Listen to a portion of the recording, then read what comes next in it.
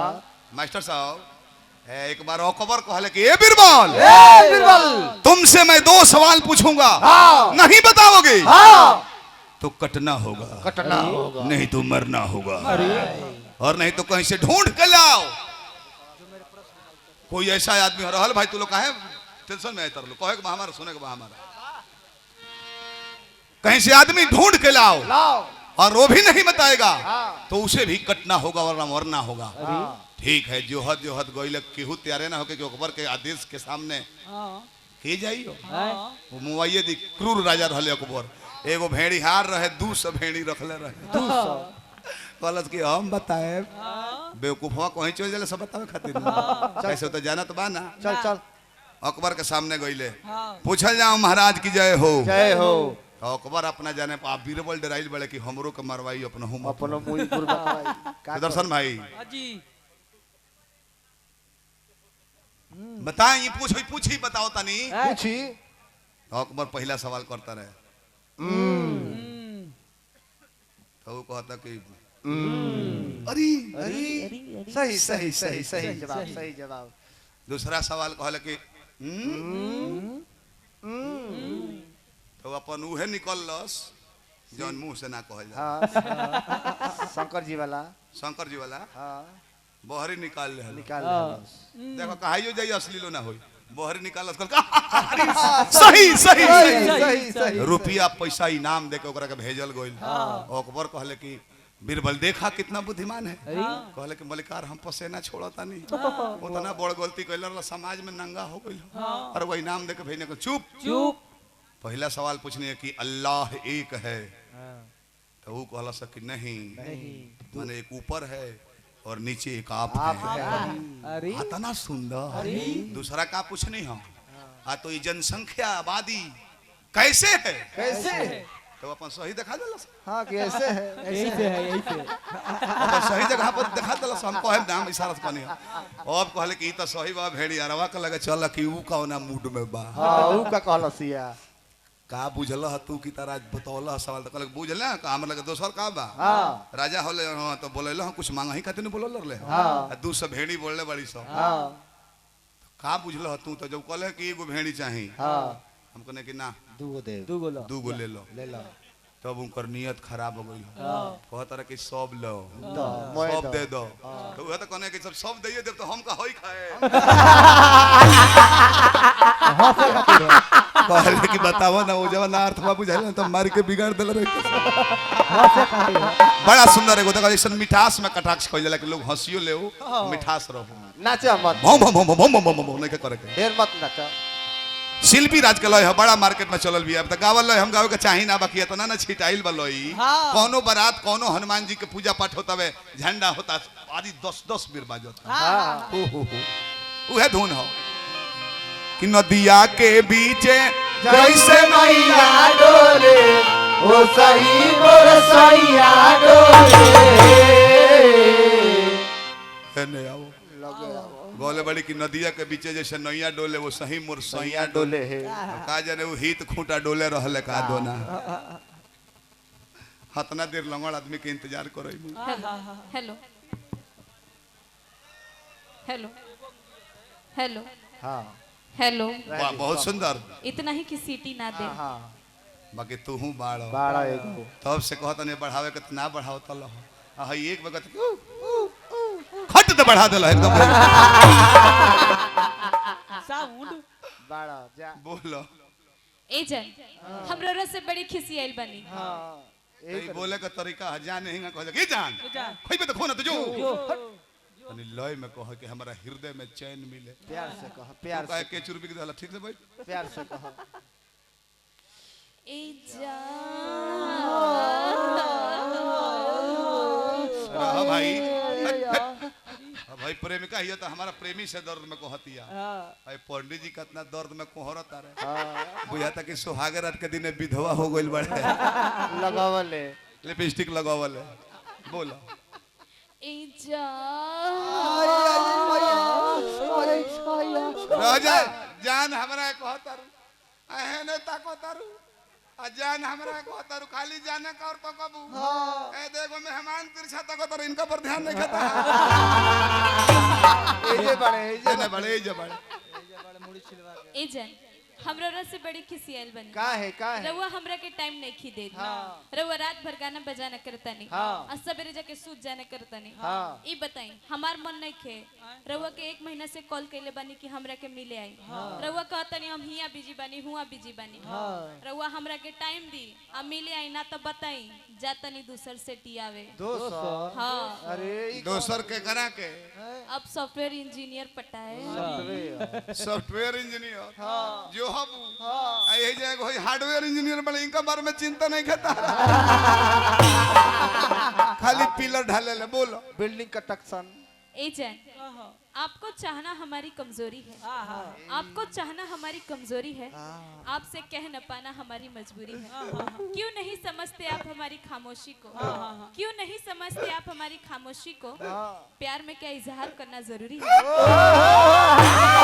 अरे कोइले का रे ओ माय बेबी माय सोना माय जानू my darling sweet heart baby ओ माय हगीज बबुआ देखबो हम बानी की गुजर गई नहीं अरे तो कबे के मर गेल बनी महाराज सुदर्शन भाई अगर तारा जिला में गावत में मर जाए तो हमरा घरे फोन मत करी मौगी के हार्ट के बीमारी बहू हो मर जाए भाई हवन अगर तारा जिला में मर जाई हमरा के जरा दी हो हई लगिया तू ही ले ली हो अब 5 हाथ के लगी ना लिया 5 फुर के लगी ले ली हो ब्यासो है इंजीनियरो है एगो ना 2 गो घाट फोड़ के घिवा पी जाए हम तृप्त हो जाएंगे जाए तो तार दी हो होटल सो दे दा हमरा को परमानेंट अपना लगे मत रख कांच को मशीन बाड़ू हो बहुते हसीन बाड़ू हो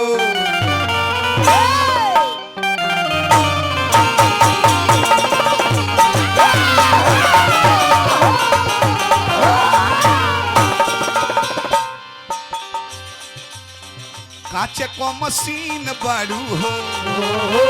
बहुते हसीन बाड़ू हो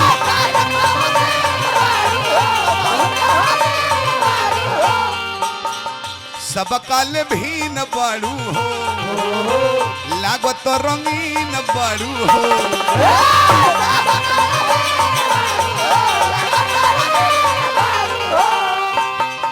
जोर नहीं खेतू हूँ तब जोड़ बाड़ू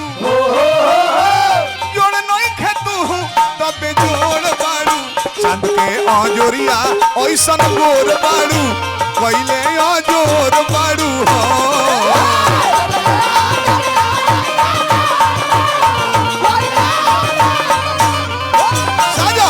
चांद के आजोरिया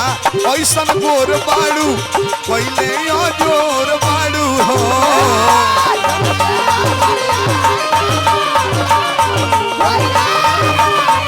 कियो आई बानी कहरी कलिया तेरे बाड़ू हमरो ललिया ते बनाई रावाते ऐसन भइल बा हलिया बढ़ता बे बनिए दादा मुक्ति भइल बा जीना ले लो पुदीना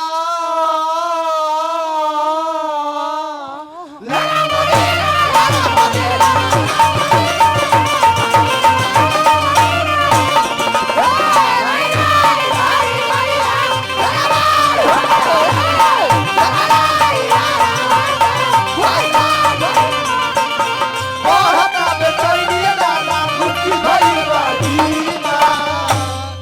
ले लो पुदीना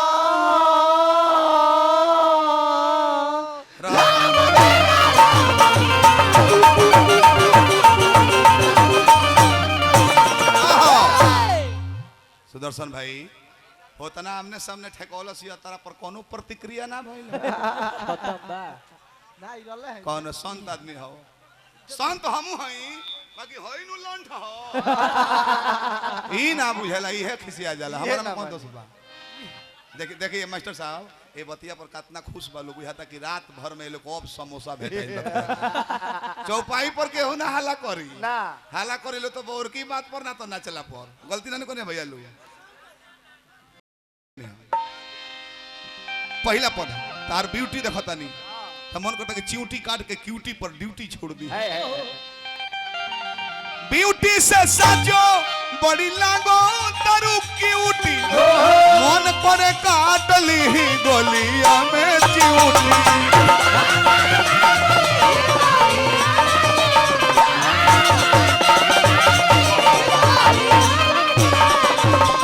रसम भरल पूरे पोर बारू रसम भरल पूरे पोर बारू चंद के आजोरिया ऐसन गोर बारू कोइले आजोर बारू हो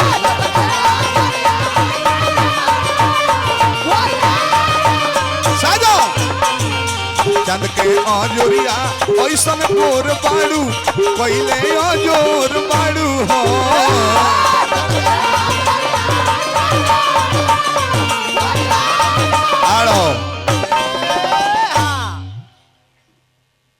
कलामुद्दीन बेंजू वादक चैनपुर से 51 रुपया पुरस्कार दिले बनी संगे संगे हमारा भैया कमेटी के बनी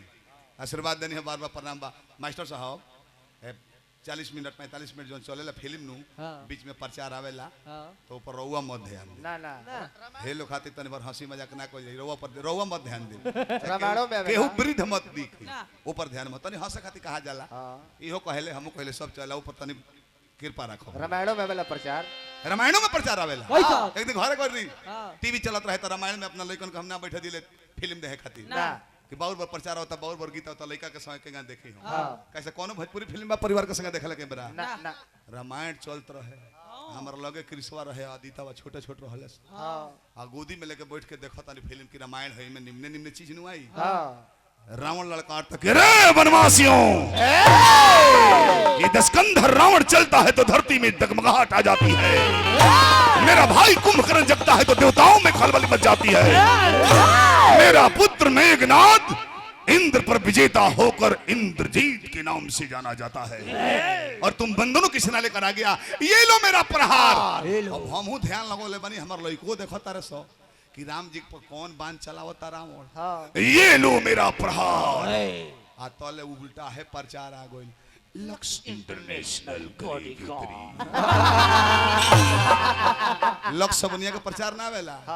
उघार ही प्रचार आ गइल अब हम दूसरा करता कहता नहीं तो छोटका लइको कहता पापा ओ मोतका लावन हो पतालका लाम हवे उधाले धुमती आम चिन्हनी ना तौन ही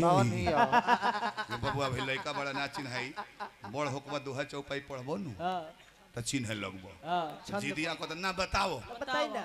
मोतका लावन ह पतलकू लामी ते हो ते तो अब लइका के संग लइका बने कन चुप रहो सुप ने किया ही ना कन कटाइल बगर मैले धोए जाती है ओकरा तो बोरकी तो में आवत हवे इनकर लइका हमारा लइका से तेज एबे गोइन तो कहता हमरा पापा त तू महाभारत में बेइज्जत कोल तला लमाइन में तो बात पूछी बताइबो पूछा बेटा तू भतीजे न हो आ त टीवी में महाभारत आवत देखता नहीं ई बताओ पांडव लोग के जन्म देखावता पांडव लोग के थाना थाइल देखावता भीख मानल देखावता नहाइल धोइल देखावता ललाई देखावता तनी बताओ ना तू लो लेटलिंग कोले कब जाला बोलो ना कोई का कल हो हां तो लो फ्रेश होके कब जाला के बबुआ हमार त नहीं खे मिलत कहता हम बताई बताओ बेटा तो डेथ हो उ लो बोल आदमी हो दले टीवीए चालू रहले न टीवीए तलेला तले ना जाला लो आ टीवीए बंद तो के सुतल जाला नु त जाके घूम आवेला लो जा निकल गई जा हेड हो गेल हमरो लइका से तू आँखियां बुझाला जैसे होते मधुशाला ओठवा से टपकतबा मदिरा के प्याला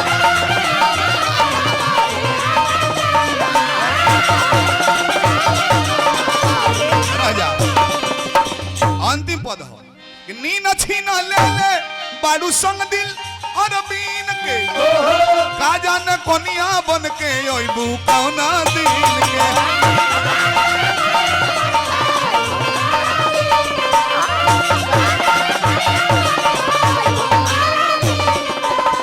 तू ही मोरा नहीं के डोर बारू एजा रोक दो बबुआ 6-7 मिनट बढ़िए गोइल बा